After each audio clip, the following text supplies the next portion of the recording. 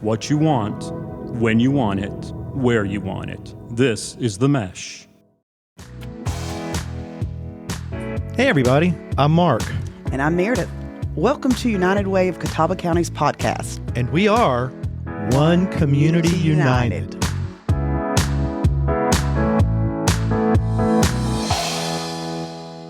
Hi, welcome. I'm Meredith. And I'm Mark. And we are One Community United.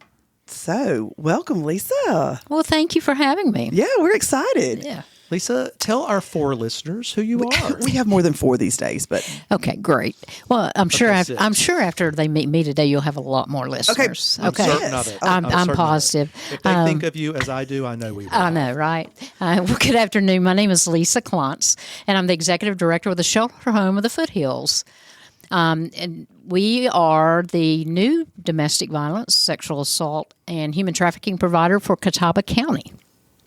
And, Meredith, I'm going to share with our 4/6 listeners now, there's a little bit of history with Lisa and I that I think is really important for people to understand. So several years ago now, our agency that provided domestic violence and sexual assault services, including the shelter home, ceased to exist. They had some management and leadership problems, which resulted in some fiscal problems, and they just couldn't go forward. At that time, United Way stepped up, and I'm very proud of what our agency did. We weren't willing to let our county go without these services. We knew there were too many vulnerable families dependent on these services. Law enforcement, court systems, social workers, all were dependent on these services. But we didn't know what to do. I mean, that's a big service to lose in a community. Big service, as we to will talk lose. about here shortly, I'm sure. Big service to lose. And I was very uncertain, maybe a little nervous about how are we going to navigate this? How are we going to find what our citizens need? And I spoke to a lady at the state named Lori Gerber, and I'll never forget. Lori said to me, Mark, I don't know what you're worried about. You have one of the premier agencies in our state in your back door. And that turned out to be Lisa. And at that time, you were the shelter home of Caldwell County? Yes. So Lisa came in and literally jumped in hot. The former agency dissolved on, I can't remember, I want to say maybe July 31st. I don't know. And on August 1st, Lisa and her group stepped in. These families, these systems dependent on your support never missed a beat of service. No. What was that like for y'all? Well, it was a challenge, but we wanted to absolutely step up because we were, first and foremost, we were very impressed with the engagement from you and your team at Catawba County United Way, because I sat back and I said, what other community United Way organization would have taken this upon themselves to seek out this particular service and try to find a replacement as quickly as you guys did. So we did a lot of planning on our end. I think at the time when we took over those services and the shelter was preparing to close in Catawba County, there was 6 families, I believe, in emergency shelter at that time at the Catawba County location. 4 after all was said and done, that still needed to be relocated. So my staff just immediately loaded up the vehicle and drove to Catawba County location, and we loaded up these families, and we moved them out of one shelter into ours, and where they took up a home until we could help them transition into independent living. But not many agencies can get a phone call and be like, by the way, we've got 6 families that need a home, that need protection, and you guys were able to do that like that with no questions asked. How do you even prepare for that? Well, I will tell you, I That think talks about an amazing team that you that's have. what I was going to say, Meredith, was that's your team. That is nothing that I did as a leader of that organization. It's the team I'm going to that I respectfully have. disagree with that. Yeah, I have- no, So- you don't. a team functions when the leader sets the Yeah. example. Yeah. So lean into that on that. Yeah. You led your team. Yeah, and I will tell you this group of folks that I have, they accept any and all challenge, and I don't recall if I'd had a conversation with Lori prior to You the had. phone call that you made, Mark. But when I heard the rumblings that Catawba County may be without these critical services in the immediate future, I called my team together. And I said, look, guys, I don't know if there's any validity to this. This is what I have heard. We currently, at that time, we covered Alexander and Caldwell. And I said, I know this organization can do so much more. And I think this is a good avenue for us to pursue. But I want your input and your feedback before I step out and say, this is what we want, because I didn't want to speak for everyone. And I will tell you, this group of ladies are absolutely, this is what we want to do. And they started preparing from that initial conversation.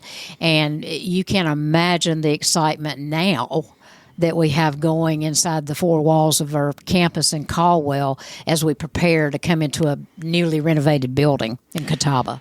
So, yeah, there's a little more to this story. Yes. Actually, so our 4 to 6 listeners know, we while we were able to preserve services, and you jumped right into those, the shelter home that housed these families in Catawba County was actually in limbo through the Attorney General's office while that nonprofit went through dissolution. And United Way stepped in and used our funds to purchase the building to preserve that. Yeah.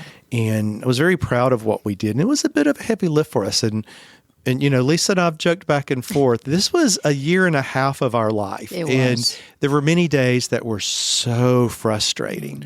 But we managed to do that. And then I think it was December of last year, we transferred ownership to you. It was this year. This year was the beginning of this this year. year. The beginning of this February of this That's year. February. So, Yeah. so I lost a couple of months there. Forgive me.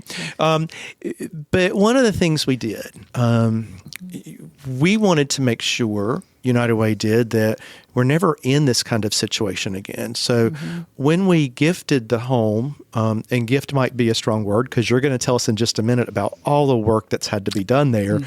But when we gifted that home, we did place deed restrictions on it so that it must always be a domestic violence shelter and it must always be owned by a nonprofit organization. Otherwise, ownership reverts back to United Way.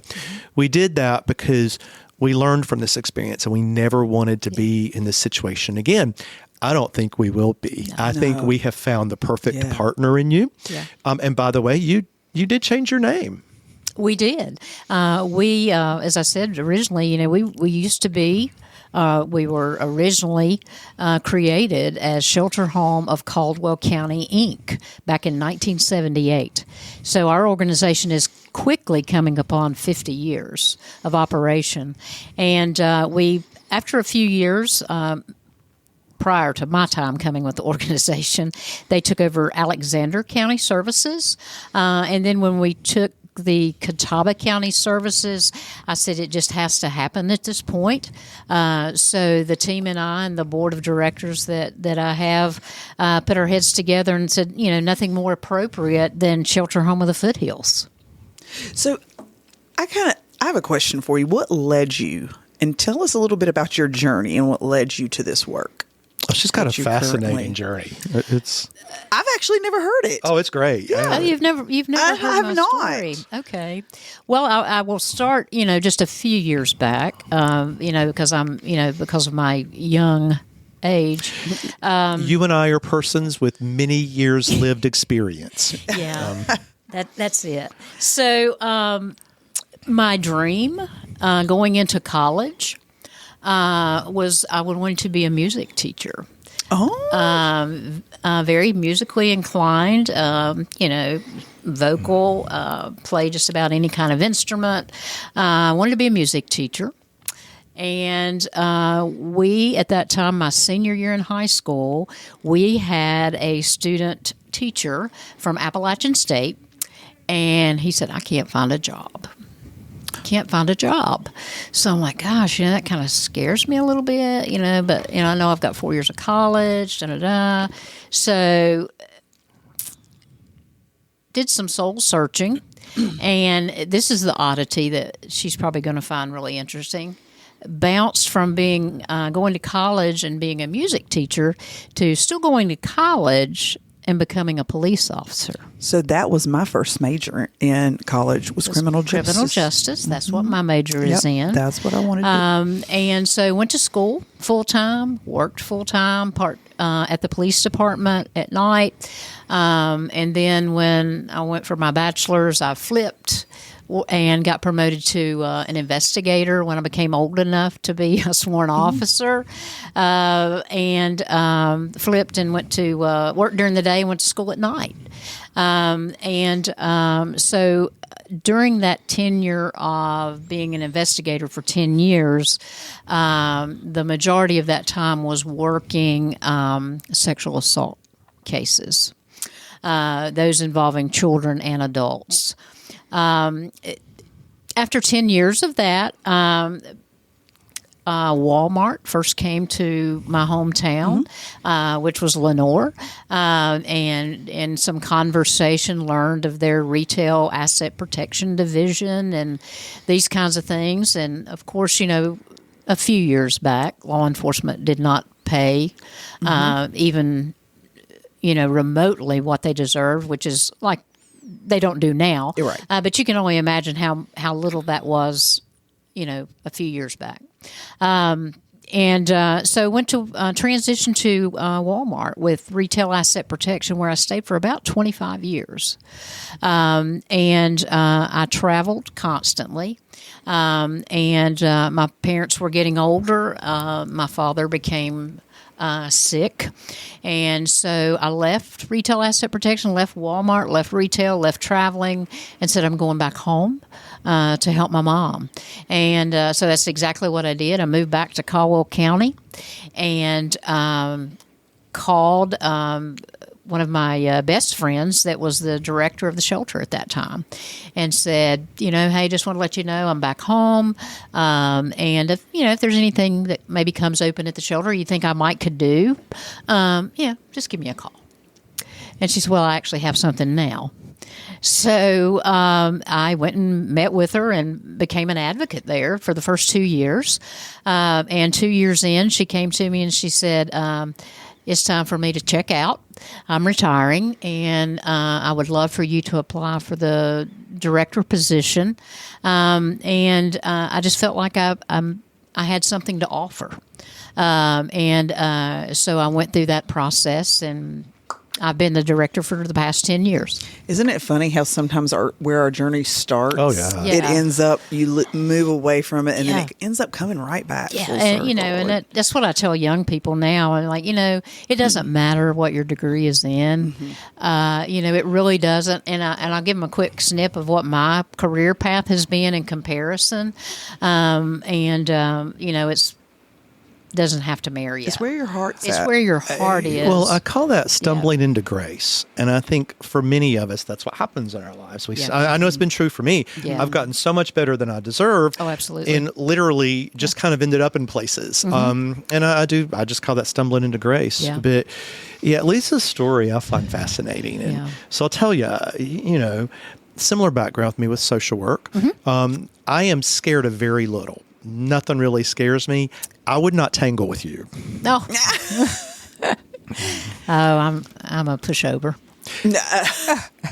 No. I have seen you firsthand and can say you're a lovely person. You are no pushover. No. Well, I just believe that that people find themselves in some unfortunate situations. And, we have so many people in our community that step back and communicate their perception of the whys and the what ifs and those kinds of things of why these people land in the situations that they land in. And I will, I tell this quite often. When I was a law enforcement officer, I was one of those police officers that said, why don't she just leave? Mm-hmm. Why doesn't she just leave? Because she can. Choices. It's her choice, and she can just leave. And now, and so many people think that 25 years later, I know now that's the most dangerous time. So today we want to thank our sponsor, Empower Her. They are an employee resource group through Transportation Insight and NTG here in Hickory, North Carolina. They create opportunities for women to connect, grow, lead, and make an impact within their community. So thank you all for all of your hard work and sponsoring this podcast. Thank you. So I do have one question, though, because this can't be an easy job to deal with all the stories that you see in and out, because we were talking about how people just, you can just leave. Mm-hmm. Why don't you just leave? Right. And it's not that easy. No, lots of time. It's not. What keeps you motivated and positive to keep doing the work that you do every day in a difficult situation? Well, I will tell you that it you have to practice self-care. Self-care is very important for all of the staff that deals with any type of work like this. But I think what keeps me personally going is that I feel as a child, I was very blessed. I had two amazing parents who were very loving, who provided a beautiful home. And if you ask anyone on my team and you say what will get Lisa's heartstrings the quickest, they will quickly tell you children. So it is difficult, but I think that just, and your hope is that if you serve, 100 families this year, for example, you hope all 100 transition and go into independent living and are free of violence and those kinds of things. But in reality, we know that's not going to happen. But as an advocate, and we all are that, our only hope is that they can take one bit of information that we give them, one nugget that we give them when we have our time with them, that will make them safer in the future. Now, will they always make the decisions that we would make if we were in that situation? Probably not. But just the fact that and I will tell you, the biggest reward that I get are those phone calls or those visitors that come by our campus, and the children that were, babies, some tell my age here, but were, very small when they were in shelter, and now they've grown up, at least 10 years older. That's how long I've been there. And seeing how they are now, and just talking to them and them remembering that we made their birthday special, or we made Christmas so special the year they were there, or anything that they can remember, just that they plucked out of their time with us. But I will tell you, from a continuum of care standpoint, we start every morning at the shelter home of the Foothills with an empowerment meeting. And that is staff and all the clients that are in emergency shelter. We start out positive every day. So that gets everybody going. And it's a new day, and we're working on a new me. Well, and I think lots of times people people tend to judge and go, well, okay, yeah, that makes sense, or this person would never be in that situation. And I think it goes to show you probably see women and children, families all the time that come in and out that you go, man, I probably would have never expected that. But you find yourself in a situation You do. that they never expected to see themselves in. That's right. And it is. When you Yeah. talk about why don't they just leave? It's not that easy.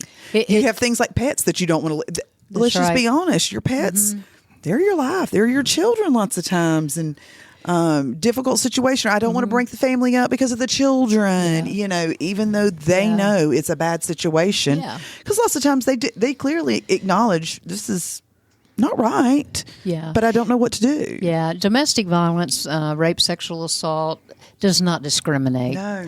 It does not discriminate, and you know it can be the deacon and his wife that you sit beside of on the church pew every Sunday, or it can be your child's third grade teacher. I mean, it can just, it can be anyone. As I said, it does not discriminate.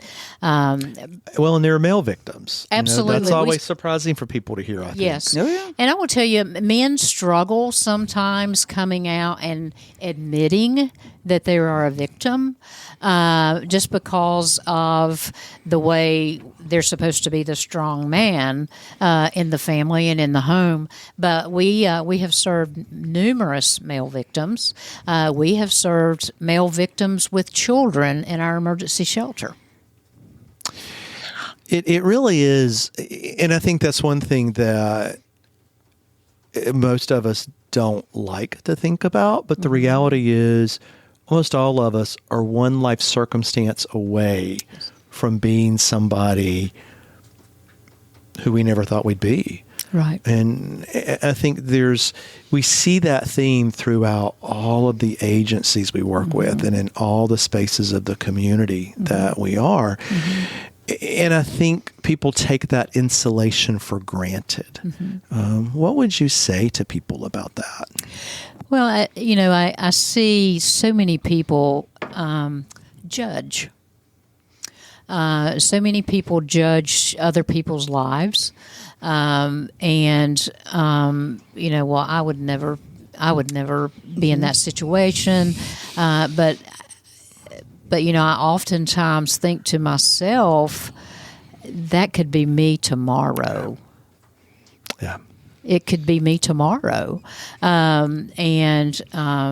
because things change, life changes, and things can negatively impact people's emotional health. We have significant untreated mental health in the communities that we serve. We have addiction, and so many things that don't cause domestic violence or sexual violence, but they exasperate it. Right. So it could happen to any of us. My hope is the shelter home of the Foothills closes that gap on that education piece. As we're out in the community and we're doing events and our outreach material and the messages that we carry through the methods that we use to say, this is not as easy as we think. I personally had the thought process, and I tell on myself, but I said, well, we'll be bringing people from Catawba County to Caldwell County to shelter in the interim. And I even went to the thought process, Mark, that if we don't get possession of the shelter, we can still cover Catawba County and not have a shelter. All those things was running through my mind until I took a crisis call one day. And I was talking with a mom who had a special needs child that was from Catawba County. She definitely met criteria for emergency shelter and needed to be in emergency shelter with her child. But her child was in EC classes in a Catawba County school where they, for once, had begun to advance. And she did not want to move her child to another school for fear that they would start declining again. So that mom chose her own safety over her child. And had I had a shelter in Catawba County at that time, I could have met her need. So that's how important this new shelter is. It's critical. Yes. It's critical. And I want Lisa to talk with us in just a minute, but I have to say something you said caught my attention. And you and I both were extremely frustrated with the amount of time it was taking. And much of that was through the former agency that just simply didn't follow through with what they needed to do with the Attorney General's office. But I know you and I commiserated often. I know that I certainly used words that would not make my mama proud. But I have to say, through all of that, there was never a time when I didn't think that this would happen. It was never an option for me, no matter how long it took, no matter how frustrated I got, no matter how hard we had to push, there was never a time for me that I doubted that it would happen. Was there for you? No, there wasn't. And I will tell you, Shelter Home of the Foothills is not a faith-based organization, but Lisa Klontz is. Right. And because that's the home that I was raised in. And I will tell you that I knew that it was a need that Catawba County needed, and I knew it would happen because he would provide. I agree. I think we both, even in the darkest of moments, in the angriest of moments, in the moments where I quite literally wanted to go find some people and stomp on them, it was never in my view that this might not happen. I knew it would happen. And part of that was certainly after you came on board and that partnership with you, with that alliance with you, from United Way's perspective, it was very nice to have a partner in this. I'll use the word battle to some degree because it was. It was. And we had people actively working against us. Yeah. And I knew that, just about every Tuesday for about a year and a half, I would text you every Tuesday before the third Wednesday. And I would say, any updates? I have a board meeting tomorrow, and I know they're going to ask. I'm pretty sure the state attorney general's office at one time was considering a restraining order against me. I'm pretty sure of that. Probably, yeah.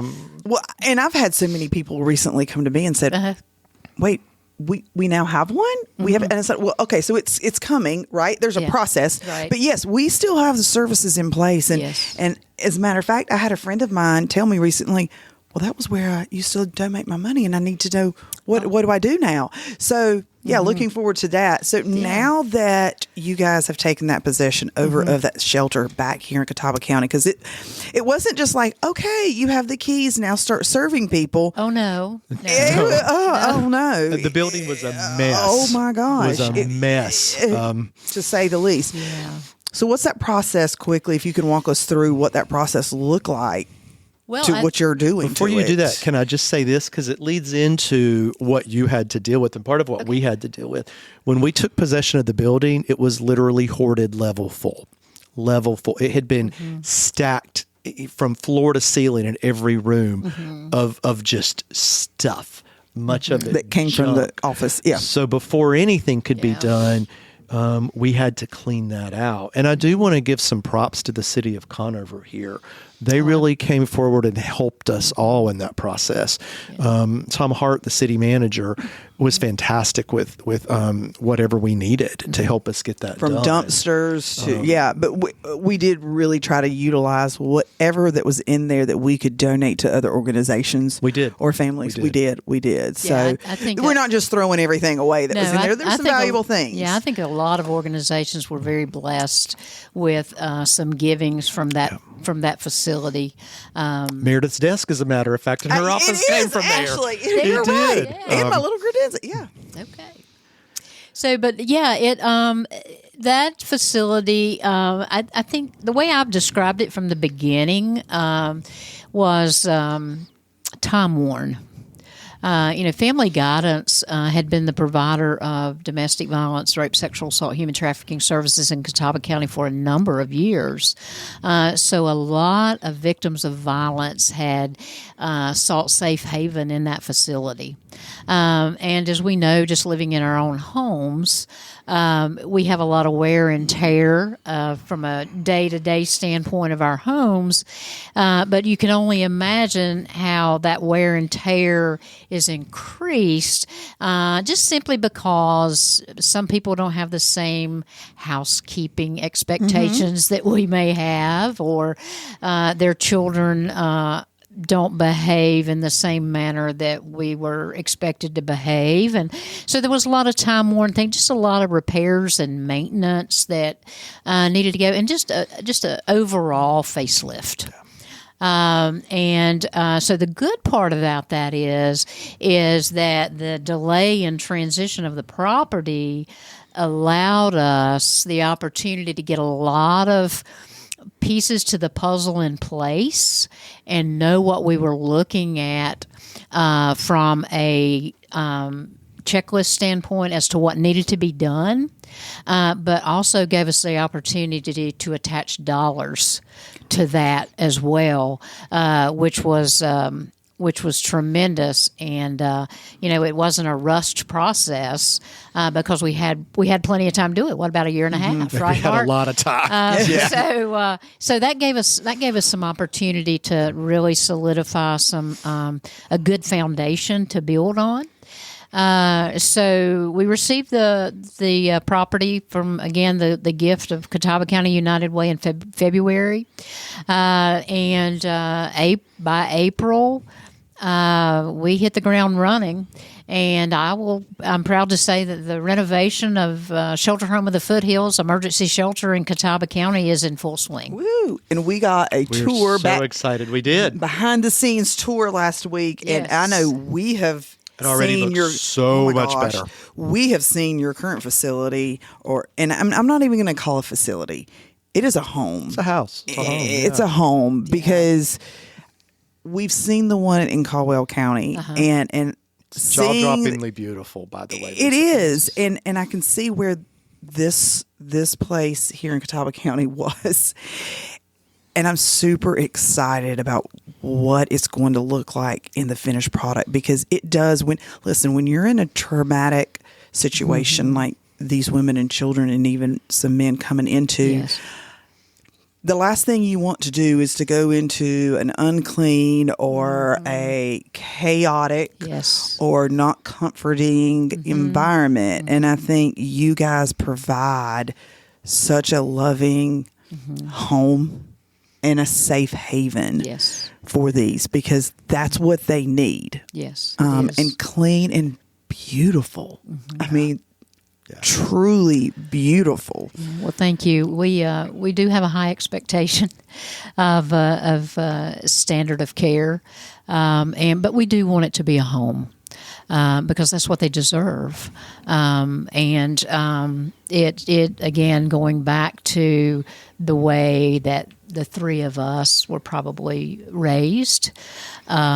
It to me, it's just heartbreaking. I have right now in our Caldwell campus, we have 6 children in emergency shelter. And, I walk in every day and I'm thinking, gosh, I remember when I was out of school for the summer, and, we were planning summer vacations, and, my mom was taking us to the water park or to the pool, or, hanging out with your friends. Yeah, hang out with your friends, have sleepovers, those kinds of things. The things we take for granted. The things that we took for granted and sometimes still do, that these children don't have because they're living in an emergency shelter. However, that does outweigh them being in the situation they were in and being in the home that they were in. But just, the inability to be a normal kid is just heartbreaking. Well, the nice thing too is you're located in an environment that gives access to these families to some nice parks, a library, Yes. a splash pad. So you really do have the ability to help build in within that safety framework Yes. some normalcy of childhood. Yes.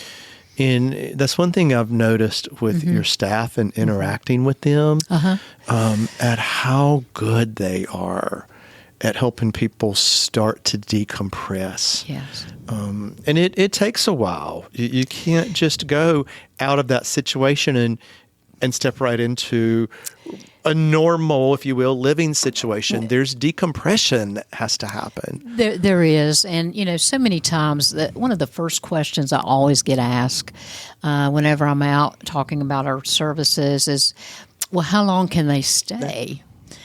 Well, that really depends on the situation. We may initially say, okay, 30 days, but you may not be able to begin to have a legitimate conversation about what you've experienced in the first 30 days. We bring families in, and we've had moms or single women that have come in, and they may sleep for 3 or 4 days. Because sleep deprivation was one of the signs of the domestic violence in that particular scenario. It just really depends on the situation of what we have to navigate through to be able to assess that. And in let's just say 30 days. In that 30 days, or during their stay there, what are the expectations of these women? Well, I will tell you that one of the philosophies that we go by is 50-50. My staff and I, or my team and I, will give 50% of ourselves to you if you'll give us 50%. And because let's be realistic, if we want something more than you do, it's not going to work. Yeah, right. So, but we call ourselves a working shelter, and we were very honest about that from the forefront when we're on that crisis call, and we have made a decision. Yes, this person meets my criteria. Yes, we feel like they need to be an emergency shelter, but let me share with you what the expectations are. And when I say we are a working shelter, that is for the betterment of you and your family. Because a lot of times these moms will come in with children, they haven't been allowed to work. Because there's all kinds of allegations. If you go to work, then you must be running around on me. You must be having an affair, those kinds of things. So they're not allowed to work. They're not allowed to have any money. If they are, they have to provide receipts for everything that they spend the money on. So a lot of those things that when you come in, that's why we always start off with the empowerment. Because if you are told repeatedly that you're no good, then you're going to begin to think that, hey, I'm no good. Right. Yeah. You're going to begin to think that yourself. So the first thing that we do is we build up. We build up, and we bring out those things that, you're one of the bravest people that, we've met today because you made the decision to leave. And let me tell you why that's the bravest decision, because that's the most volatile time in a domestic violence relationship, because that abuser's losing control. Right. And that's all domestic violence is. It's about control. So they're losing control, so their aggression is going to get higher. And so that's the most vulnerable time and the most dangerous time. So you've made that decision. The hardest part, the hardest decision that you had to make in this situation, you made. So we just start them on that path, and we provide a significant amount of support services. We have contracted clinical staff that comes on our campus and provides clinical counseling with the clients that we have in emergency shelter. We have court advocacy, and again, empowerment meeting every single day. We have domestic violence, rape, sexual assault, human trafficking support groups. You come in and we establish a starting point. Where we're going to begin, and we look at what the barriers are to move forward, and the team immediately gets started on how they can help you overcome those barriers. You establish a goal plan, and from that day forward, then our role as advocates is to help you navigate the path through those obstacles that we know are there to get you to your goal, which is independent, free of violence living. And this is why your presence in our community is so important. Mm-hmm. So as we wind down, quickly tell us what the community can do to support you and Shelter Homes of the Foothills. Our 4 to 6 listeners. Yes. Yes, our 4 to 6 listeners. Okay. Well, I tell everyone, first and foremost, is we need your prayers. We need your prayers that we will continue to do what we need to do as an organization to meet those needs. Prayers alone aren't enough. What do you need? They're not. They are not. What we need is community support, and that can be presented in many ways. We have a wish list on our website. And what's that your address? website? That is www.shelterhomecc.org. Shelterhomecc.org. And transitioning to www.shelterhomeoffoothills.org. Nice. But we have a wish list on there. And I will tell you just the majority of just what you feel like you need in your home. Cleaning supplies, toilet tissue, paper towels, Laundry supply, laundry detergent, health and beauty aids, school supplies, toothpaste, toothbrushes, the things we take for granted sometimes. body wash, those kinds of things. School supplies. Yes, we have a learning lab on our Caldwell campus that we got a space tucked away for in the Catawba County shelter that we're going to do there, where we have tutors come in and work with our students every evening after school, because when you bring school-age children into emergency shelter, they're going to come in one of two ways. They're going to come in extremely behind, or they're going to be excelling because that's what they focused on to muffle out the noise that's going on in the home. So, but yeah, just those things that you use at home, paper plates, napkins, those kinds of things. We will be partnering with Second Harvest Food Bank in Great. Catawba County, as we are in Caldwell, to assist us with the food supply to meet the need of the clients that seek shelter in the facility here in Catawba County. And of course, last but not least, the renovation is not free. So if anyone wishes to make a financial donation to that renovation, that is highlighted on our website. And we will have your website in the podcast description so they Great. can click on that Yeah, as well. that the renovation is highlighted in that podcast or in our website, where you can go directly on there and do a donation if that's what you choose to do. So, Lisa, I have to say, it has been the United Way's honor to partner with Shelter Home of the Foothills on this project, and we remain honored to have you here in our community. But on a personal level, I have enjoyed getting to know you and working with you. You are one of my favorite people. Yeah. So I'm looking forward to lots of hangouts and conversations, and when we retire, we'll kick our feet up, have We're a gonna drink, write a book. and talk all about these young people we left behind. Yes, yes, and I wouldn't do it the way they're doing it. I would do it this way.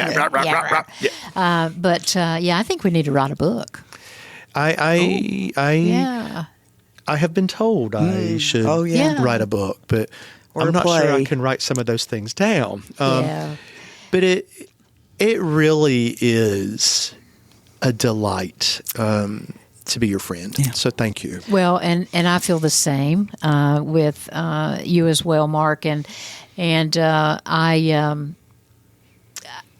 talk very highly of Catawba County United Way because, as Thank I you. said at the beginning, I was very impressed that Catawba County United Way took this on themselves and didn't wait for the state to say, oh, gosh, we need to get somebody to do services for domestic violence, rape, sexual assault, human trafficking for Catawba County. You guys knew it was a need, and you took, as my dad used to say, you took the bull by the horns and decided, we're going to take the initiative and we're going to get this taken care of for our community. So to me, that means a lot. I really appreciate that. That's one of the things I'm very proud of for our organization. And you should be. Yeah. We do. When tornado struck a trailer court in Claremont in January of 2024, we didn't wait. We stepped right in. When Helene hit, we stepped right in. We hit the ground running. We will not shy away from hard work that needs to be done in our community. And sometimes people aren't always understanding or supportive of what we're doing. And those are the times when you especially have to be laser-like focused on your mission. It does. So it's meaningful that you see that. Thank you. Yeah, absolutely. And, I have to recognize and appreciate my board of directors. Absolutely. And I share this with them quite often because I recall going to my executive chair after I had the conversation with my staff and said, if this is a viable option, is this something that we want to pursue as a team? And they said, absolutely. So I went to the vice chair, and her response was, well, I know you're probably already working on a business plan. And I said, I am.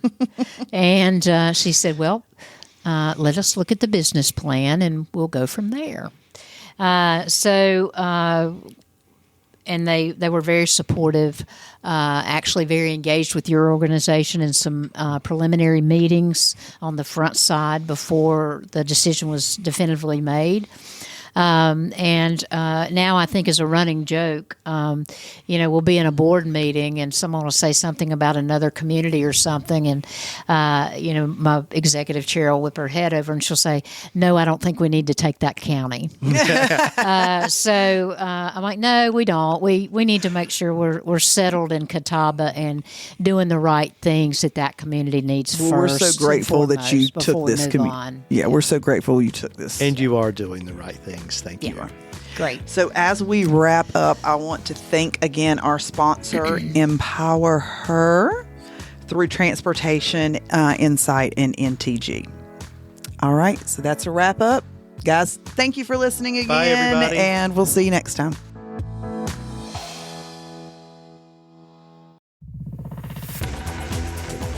You've been listening to The Mesh, an online media network of shows and programs ranging from business to arts, sports to entertainment, music to community. All programs are available on the website as well as through iTunes and YouTube. Check us out online at themesh.tv. Discover other network shows and give us feedback on what you just heard.